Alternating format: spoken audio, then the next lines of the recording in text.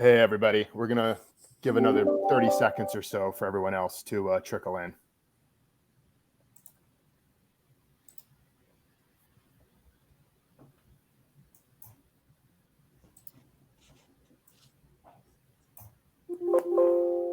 All right, fantastic. So hi, everyone. Welcome to our webinar today about DAFs in a volatile market. Today's speakers are going to be Kyle Christofferson, who's Ren's Senior Vice President of Client Success, and Brittany Florentine, who's one of our Client Success Managers. To confirm everyone can hear me, will you please let me know using the chat box on the bottom right of the screen? Make sure that audio is good. Fantastic. Thank you so much. You can also use that to ask questions, and you can ask questions as they come to your mind, and we'll save some time at the end for them. And if we don't get to all of your questions, we'll have somebody reach out after the webinar. This webinar will also be recorded, and you'll receive a recording shortly after the webinar ends. But without further ado, please take it away, Kyle. All right. Well, thank you, Aaron. And thank you, everyone, for joining us for just another 30, 45 minutes today. And definitely a timely conversation and very relevant for what we're all experiencing in the market this year. And just wanted to share some insight, share some of the things that we've seen, some of the things that we've learned over our time at Ren and working in this industry. And just to give a little bit of additional commentary myself, I've been with Ren for now 22 years.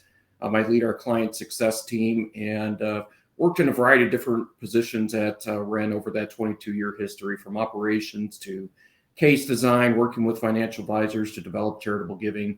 So this really is a passion for me to help promote charitable giving with financial advisors so that you can make a difference with your clients' lives and their goals. And currently working in our client success team, and I'm fortunate to have Brittany Florentine joining me today. Brittany has some great experience in the industry as well, a graduate from Lilly School of Philanthropy. She actually started her own nonprofit, has been at startups for philanthropic technology firms, and now is able to bring over that level of expertise that she has here to Ren to be able to further help yourselves out in your practices. So excited that Brittany can join me today. And we're going to be going back and forth and just sharing our experiences. And it's going to be more of a conversational tone just to keep it interesting and exciting. So to start it off, let's talk about what we're going to be covering today. It's the title of this webinar is Leveraging DAFs in a Volatile Market. And one of the three key areas that we're going to cover is first of all, well, what are the reasons why charitable giving is still important in a volatile market? Because I think a lot of times when we look at charitable giving, there's an automatic thought that, well, if the stock market is doing poorly, then charitable giving is doing poorly, or no one is going to want to do charitable giving when the economy is doing poorly. And that's really what we have found in our experiences is there's some impact there, but it really is, charitable giving has a real strong tendency to stay very flat and even grow from year to year, even with a bad market. We'll go into reasons why that is. We'll talk about why a donor advised fund is a great strategy, how to utilize it. And then we're also going to get into something that's also very interesting is options to fund a donor advised fund. So getting away from things that are maybe publicly traded securities and cash that we commonly do to open up different opportunities for more complex assets that are still very highly appreciated, even despite the market that we're in today. But before we get started, let's take a quick overview of the charitable giving market as a whole. And Brittany, can you provide some commentary here before we get started? Absolutely. Hi, everyone. Thanks again for taking the time to join us today. DAFs are particularly new and exciting. This is a slide here that's giving a highlight of the charitable market. So naturally, we tend to think that a lot of donations that come to be are from corporations and foundations, when really studies show that it's individuals who continually year after year show that they are the ones contributing the most. So if you are an advisor, don't be shy to talk with your clients about their giving habits. Roughly 79% of individuals are charitably minded. this year, $326 billion came from just individuals alone.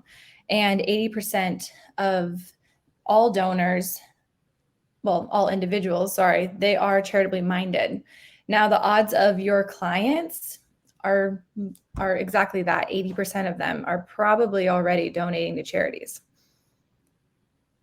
Yeah, and that's some great points, Brittany, is the odds are a significant portion of the clients are donating to charity. So like you said, I think it's important that we keep that in mind that, if we're not talking to clients about charitable giving, if 80% are inclined to do charitable giving, then the odds are someone else is speaking to them about that.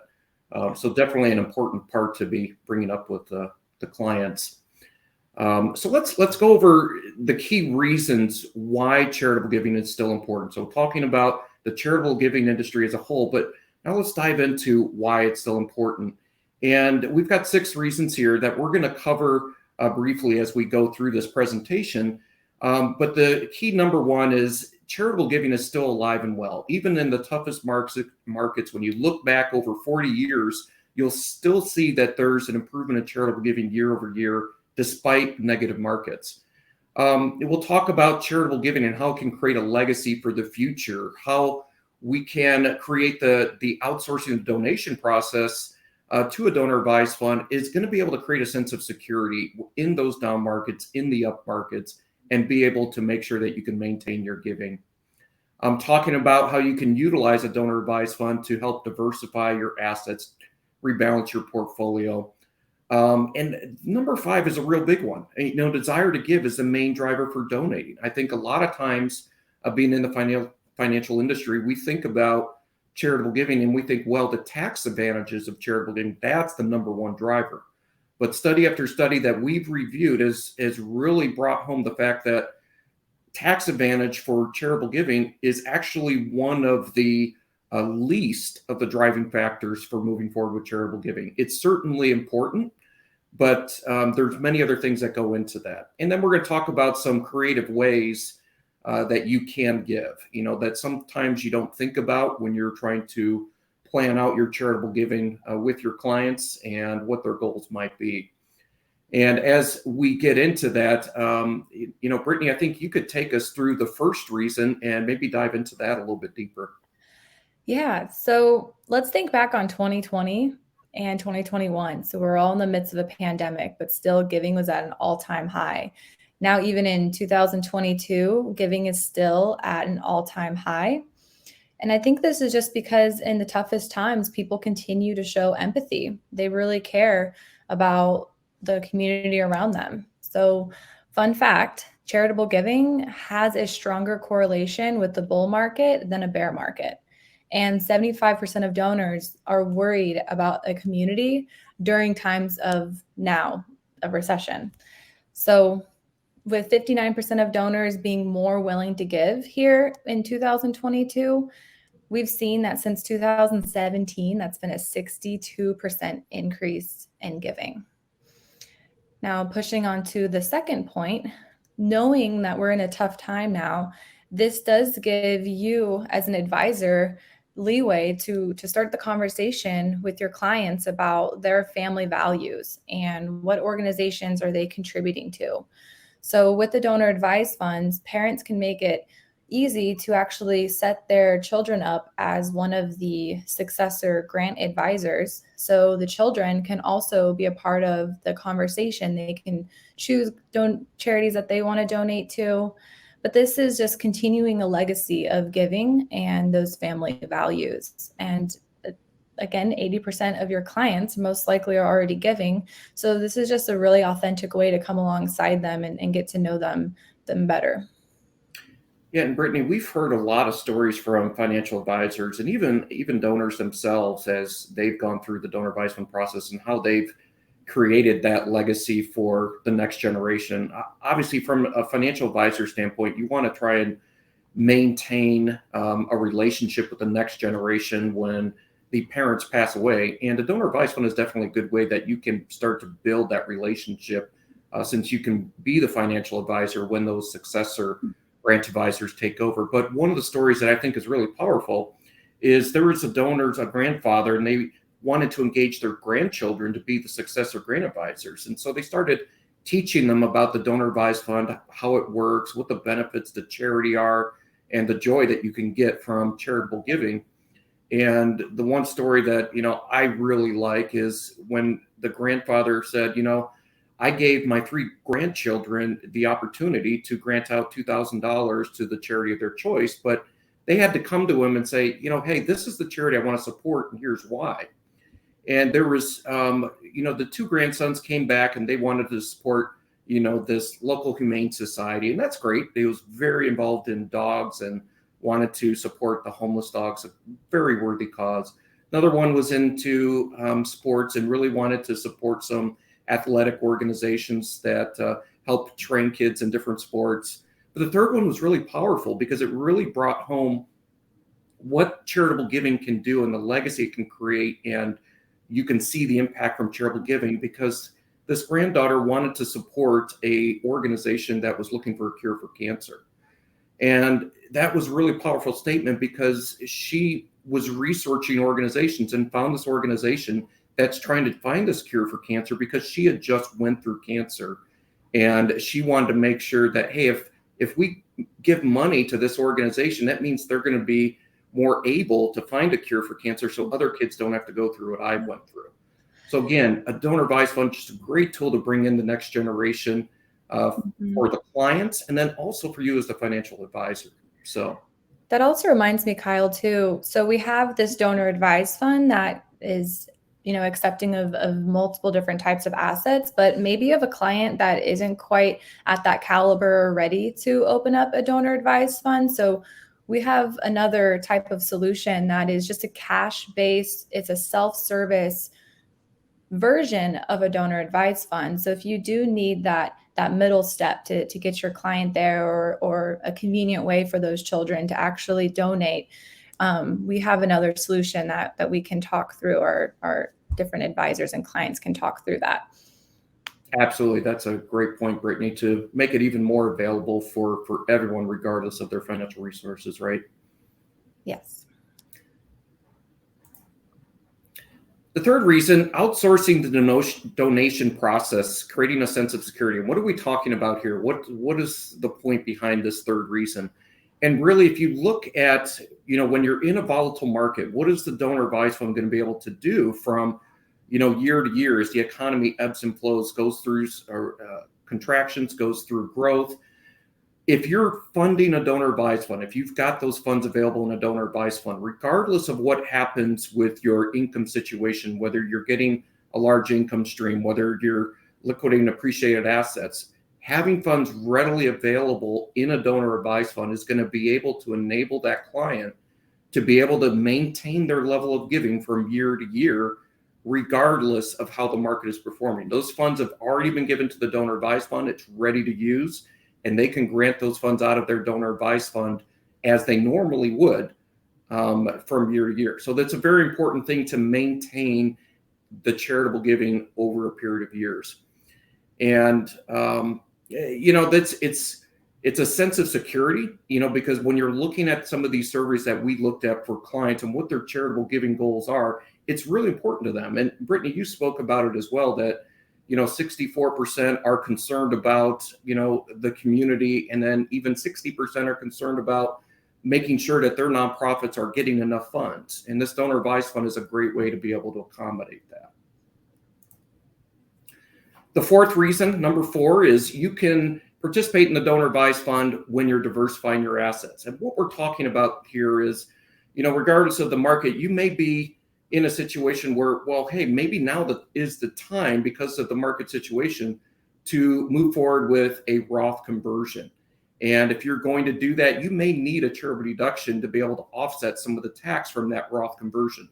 Donor advised fund is going to be a great way to provide that deduction and be able to make that a minimal impact on their overall tax situation.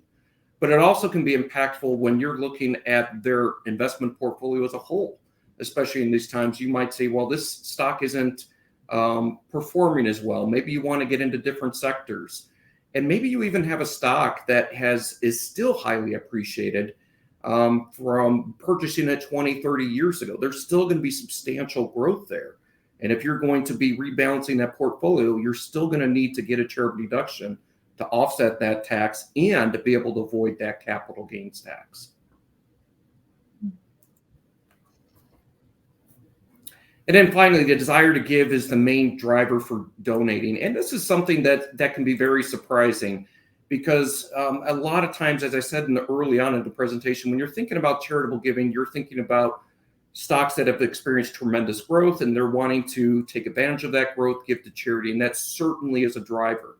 But again, numerous studies that we have seen have shown that donors are giving for a lot more reasons. They're giving because they are strongly and passionately believe in the charitable organization and that cause that charitable organization is bringing to the community, making sure that charity is going to be supported for years to come. And a lot of these donors that are supporting those charitable organizations, it's not just about charitable giving. A lot of times they're volunteering as a family with those charitable organizations. So there is a deep connection that donors are wanting to maintain. And, we've gone through a number of, questions. Well, how do you, if you've never engaged your clients about charitable giving, is there a way that you can do that? And I think the key thing that you want to keep in mind is, again, we've said that, 80% of individuals are wanting to give to charity. So the odds are you've got in your book of business, your clients, a majority of them are wanting to give to charity. So if you want to deepen that relationship with your clients and understand their beliefs a little bit stronger and engage with them more on a personal level, it's going to deepen that relationship. It's going to strengthen that relationship for the future.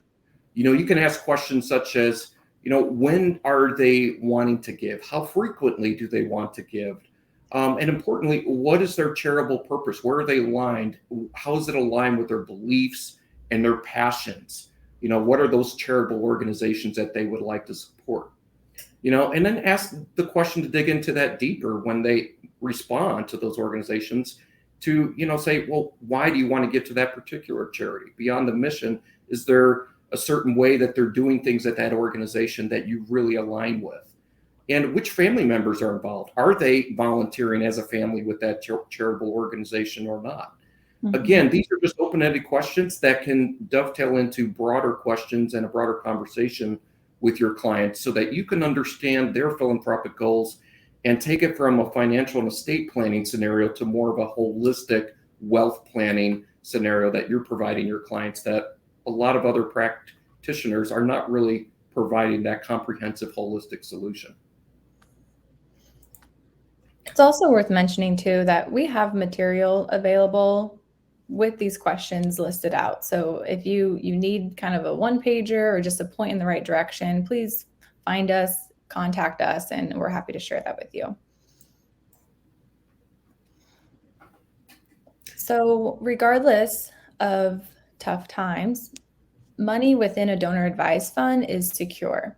So any promises that have been made to an organization, they can be met year after year, even if the market, as crazy as it is, the donor advised fund is still safe. So this keeps your giving reliable, and organizations heavily rely on donations. So in times like this, we want to continue those gifts and keep those promises. When assets are taking a hit, as an advisor, it makes sense to work with your clients to reassess their portfolio, as Kyle had touched on here. Yeah, and I think it's something else to think about when, we're getting creative with donations is, instead of just looking at the publicly traded securities, it's also possible to look at real estate and closely held businesses. Those are very popular. It's also about, those complex asset gifts, real estate, closely held business, but crops, collectibles. Brittany, I'm thinking back on some of the assets we've accepted over those years, and these assets are still, again, highly appreciated. They're not as impacted by some of the stocks that may be declined from the prior year. But, are there any examples that we have of maybe some different assets that we've seen over the years? Yes. So just to take a slide back, we're going to kind of now push into the what is a donor advised fund and a good strategy. But to answer your question, Kyle, yes. So we have actually dealt with some organizations who, or not organizations, but clients who wanted to donate a business, maybe a crop. Some of the most interesting, as I've onboarded Ren this past year, that I've learned about is organizations have but donors have tried to donate collections such as hood ornaments or cows. So that's, I find, to be the most intriguing. Anything off the top of your head that you thought was kind of funny? Yeah, I think there was one collection we had like half of a Mercedes-Benz, an antique Mercedes-Benz car that was being explored to contribute. So, it's when you're looking at their portfolio of assets, it's really, you can explore any of their assets that are going to be highly appreciated, that create a taxable event when it's liquidated. Could be a good candidate for a donor advised fund and really amplify their charitable giving. Also, it turns that illiquid asset into an asset now that can be invested by the financial advisor so that you can grow it for the future. And I think that's exactly why donor advised funds are the fastest growing charitable giving vehicle. They are super flexible with the type of assets. Now, just keep in mind, not all programs are accepting of assets. So here at Ren, we do pride ourselves in that we have a complex assets team for this very reason. But it's also very simple. There's very little paperwork and very little limitations. So year after year, if you don't want to donate, you don't have to. You can as you wish. So you're not having to disperse that gift amount right away. You can make the decision of when you want to do that.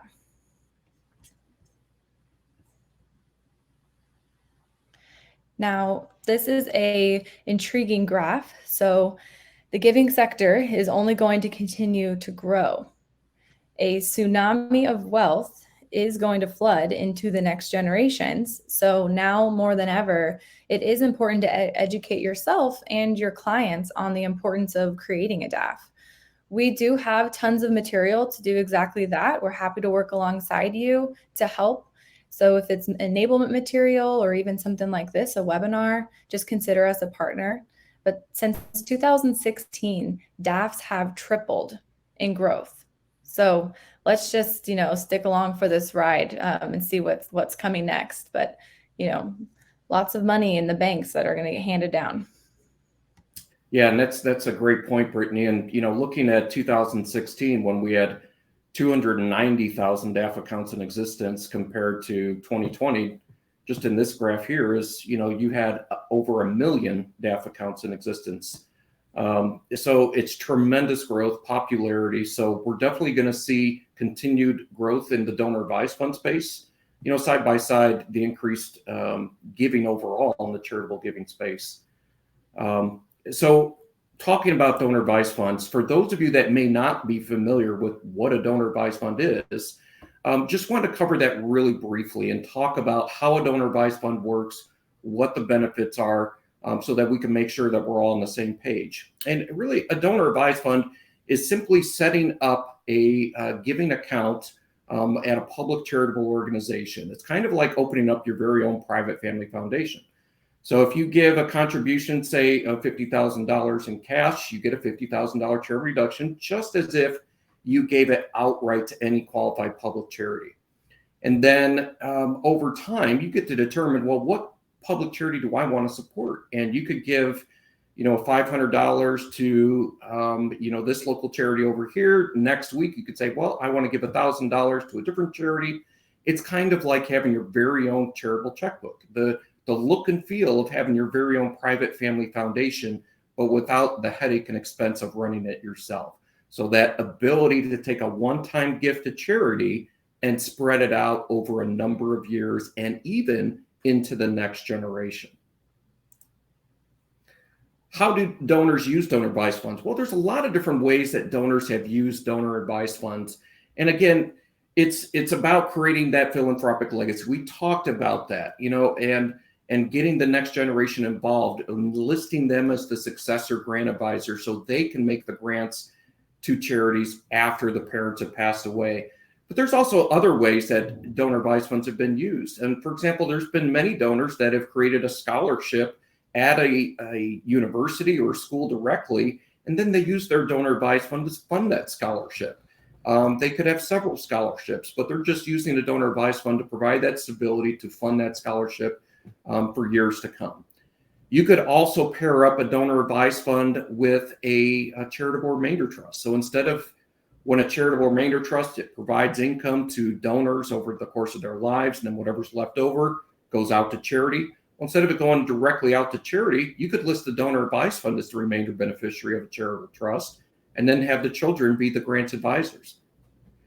Another important thing that we've seen is this bunching strategy. So a lot of questions that we've received from financial advisors of, this standard deduction issue. Well, how do we get above that $25,000 threshold for the standard deduction and be able to utilize an income tax deduction from a donor advised fund or just charitable giving overall?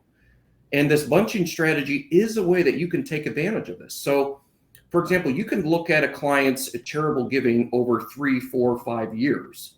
And instead of just making those annual gifts to charity and staying below the standard deduction threshold and not benefiting from any income tax deduction, you can look to the future, say 5 years, and take all of the 5 years worth of charitable contributions and do it in this year, do it in the current year. That way you bump up your income tax deductions to exceed the standard deduction, and now you're able to actually utilize that income tax deduction. And then over the next 5 years, you're making those normal grants that you were making to charity over that period of time. So it's just taking advantage of those charitable deductions, accelerating the use of those income tax deductions into this year. Now, what are some options to fund a donor advised fund? We've talked about this, but I just want to provide some examples before we wrap up and go into some questions. So when we're talking about a donor advised fund, yes, absolutely, cash, publicly traded stock, mutual funds, but we don't want to lose sight of the other assets that are in their portfolio that can be valuable to fund a donor advised fund and get that income tax deduction, unlock that liquid asset and turn it into an asset that can be invested. Very popular today is closely held businesses and real estate. They're very popular, almost on par with what we're seeing from the publicly traded securities. But tangible personal property is popular as well, including collectibles like Brittany had mentioned. We've got employer stock in a qualified plan. We've got business and farm equipment. A lot of farmers are running into a situation where their children are not wanting to go into the farming business, which, that's sad in my eyes because that's kind of my dream job to be a farmer, but that's besides the point. These farmers that then have to go and sell all those assets are going to be selling fully depreciated assets that are going to trigger ordinary income. Well, a good way to get around that is to donate that farm equipment. And then cryptocurrency obviously has become pretty popular in the last couple of years. A little depressed this year, but still we're seeing some gifts of cryptocurrency. And with our cryptocurrency partnership with Crypto Giving, you can donate your crypto in just a couple clicks. So yes, now's not the time, RIP Dogecoin, but in the future, we'll see other crypto coins start to take off, and then it'd be time to reassess and think about that. Absolutely. And again, 99% of an individual's wealth is going to be held in these non-cash assets. So again, that's an important factor is why we want to look beyond just their investment portfolio for potential assets to give to charitable giving to donor advised funds in general. Immediate benefits are the charitable deduction and avoiding the capital gains tax and the state income tax, but you also don't want to forget the net investment income tax, that additional 3.8% that you're going to be able to avoid as well. A real key benefit, though, that we haven't mentioned yet is when you do contribute those complex assets, you're turning over the liquidation and the hassle trying to sell that complex asset, deal with all the liquidity issues to the sponsoring charity for that donor advised fund. So you're outsourcing the need for that. All you have to do is just hand over the ownership of that complex assets, and the donor advised fund program is going to take care of the rest. And again, before we dive into questions, here's some additional examples. For complex assets, we've got the financial assets that we talked about, private company stock, restricted stock, even partnership interests. We even have insurance policies. We're worked on a couple of cases with insurance policies very recently. And then you got all the personal assets, real estate, art, collectibles, intellectual properties. Those are all assets that we have seen from year to year. Again, real estate, closely held stock, that's going to be the most popular when we're getting into the complex assets. And so with that, right at 30 minutes, we wanted to make sure that we pivot over to any questions that the audience would have so that we can make sure that we're going into any additional details that would be helpful for the group. That was perfect timing. I'm impressed. So you already covered bunching strategies. Is there anything else for color? We had a couple questions about bunching. Is there any color that you'd like to add to that you didn't already include?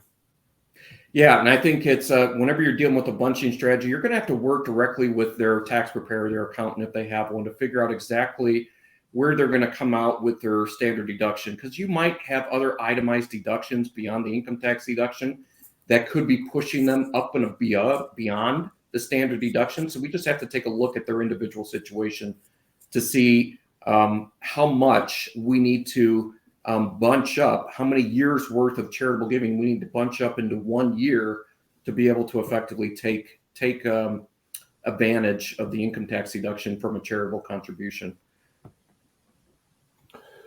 Another one that just came in is, can financial advisors manage the investment? And then a follow-up to that is also, where are assets custodied? Yes, absolutely. Financial advisors can manage the assets. You have to look at each individual donor advised fund program. But for example, the Renaissance Charitable Gift Fund is a program where you can have a financial advisor that manages the assets through their normal channel.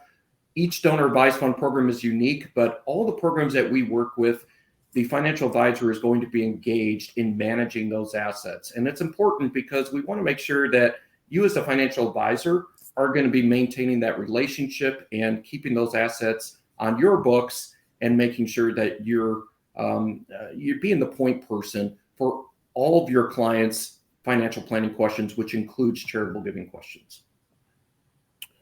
Great. And then just to remind everybody, use the chat box on the bottom right to ask the questions. Another one we have, Kyle, is, what happens when the donor passes away? That is a great question. And we talked about this, briefly in some of the different slides, but there's a few different options that you could look at for when a donor passes away. But what you want to do is make sure that when you set up the donor advised fund account, you list who's going to take over as the successor grant advisor. So that successor grant advisor is typically going to be the children. So you could have 2 or 3 children that take over as the successor grant advisors. And when that happens, they are going to have the ability to make grants on behalf of the donor advised fund, just like their parents did. Now, if you ever get in a situation where maybe you've got 2 siblings that maybe don't get along, or maybe they're completely polar opposites on their charitable giving goals, you can have that donor advised fund split into 2 separate funds for each child to navigate, so that you're not having competing grants going out to different organizations. That's something to keep in your back pocket when you're talking about these options with your client. But you could also do other things in addition to having a successor grant advisor take over. Is you could say, you know what, I just want all of these assets to go to these charities when I pass away. So that as soon as the donor passes away, all the assets, whatever's left in the donor advised fund at that point in time, would be a lump sum grant out to those charitable organizations that you designate. A third option is to say, you know what, I just want to turn this into more of like an endowment fund, a restricted fund when I pass away, so that X% or X amount is going to go to these charities for a number of years or for an indefinite period of time, to make sure that the charity that I care about and that I want to support is going to be receive like a salary for years to come. They're going to get that support on an annual basis. How does one take closely held private business shares and or complex assets and make it liquid to reinvest inside the DAF? And that is a great question. So Whenever you're looking at complex assets, it is going to be a unique process depending on the type of asset that there is. So we have a complex asset team that's headed up by Kim Ledger. She's our Vice President of Complex Assets. Great resource for any time that there's a potential opportunity with a complex asset. But we have a specific questionnaire. There's documents that we will request whenever we're looking at a complex asset contribution, whether it be, for example, crops, whether it be a C corporation or S corp or partnership interest, or maybe it's a collectible. There's different questions that we need to dig into and different documentation that we need to obtain to make sure that that is going to be a suitable asset to give to charity, to give to a donor advised fund. But the first step is just to call into our complex asset team. We'll start the process with you, review that with you, and guide you through the necessary steps to make that happen. Now, certain assets, there's going to be minimum values associated with those contributions. So we'll go over that with you and make sure that we've got everything straightened out. Will a DAF qualify for the qualified charitable distribution? Another great question, very popular question. Just to make sure that everyone knows what the qualified charitable distribution is, this is referring to the opportunity that you have with traditional IRAs to, if you're 70 and a half, you can gift directly from your IRA to a charitable organization up to $100,000 a year. And it's important and very popular because it's, for those clients that don't want to take their required minimum distribution, they don't need it, but they're being forced to take it. So now they're going to increase their tax burden. This is a way they can take a withdrawal for their RMD, have it go towards obtaining that RMD without being taxed on it. So it goes directly to the charitable organization up to $100,000. You don't get a charitable deduction, but it goes towards meeting your RMD requirement, and there's no taxation there. Unfortunately, even though a donor advised fund is sponsored by a public charity, the legislation, the regulations that were signed into law prohibit the donor advised fund itself from being a recipient for a qualified charitable distribution. So it has to go directly to a charitable organization. Donor advised fund would not work for a QCD. We're getting a couple questions about the slide deck. The slide deck will be included in the recording, should be included in the recording that we send to you after this. And if you don't receive it, you can just reach out to us, and we'll be more than happy to send that out to you, so you can review that. We'll have time for one or two more questions. Here's one for you, Kyle. When is it too late to make a contribution for the current year? That is a great question. So obviously we're at December 2nd. All contributions and charitable giving has to be completed by 12/31. But the challenge is with whenever a donor advised fund is going to be in play, you have to make sure you've got the donor advised fund account established, and then you've got to be able to initiate the transfer. And sometimes the transfer of publicly traded securities, you want to make sure that's done probably 2 weeks before the end of the year to make sure there's enough time for those assets to come over, make sure they've hit the donor advised fund account. You can get credit for that contribution, because we don't want to get to January 3rd and realize there's been a delay in the transfer and now it's not going to count for 2022. So I recommend, if it's cash, you got a little bit more time, but again, got to make sure it's completed by 12/31. If it's going to be publicly traded securities, you really want to get that started and get that initiated by the middle of December. Thanks, Kyle. So thank you everybody for joining us for this webinar. You can reach out to us if you do have any further questions. You can reach out to Kyle or Brittany directly, or send a note to consulting@reninc.com. You can also go to our website, reninc.com, and use the contact us on the homepage, and that'll get you to the right people to answer any questions that you may have. But Kyle, Brittany, thank you guys so much for joining us for this webinar. And this was a lot of great information. Our pleasure. Everyone. Have a great afternoon. Thanks, everyone.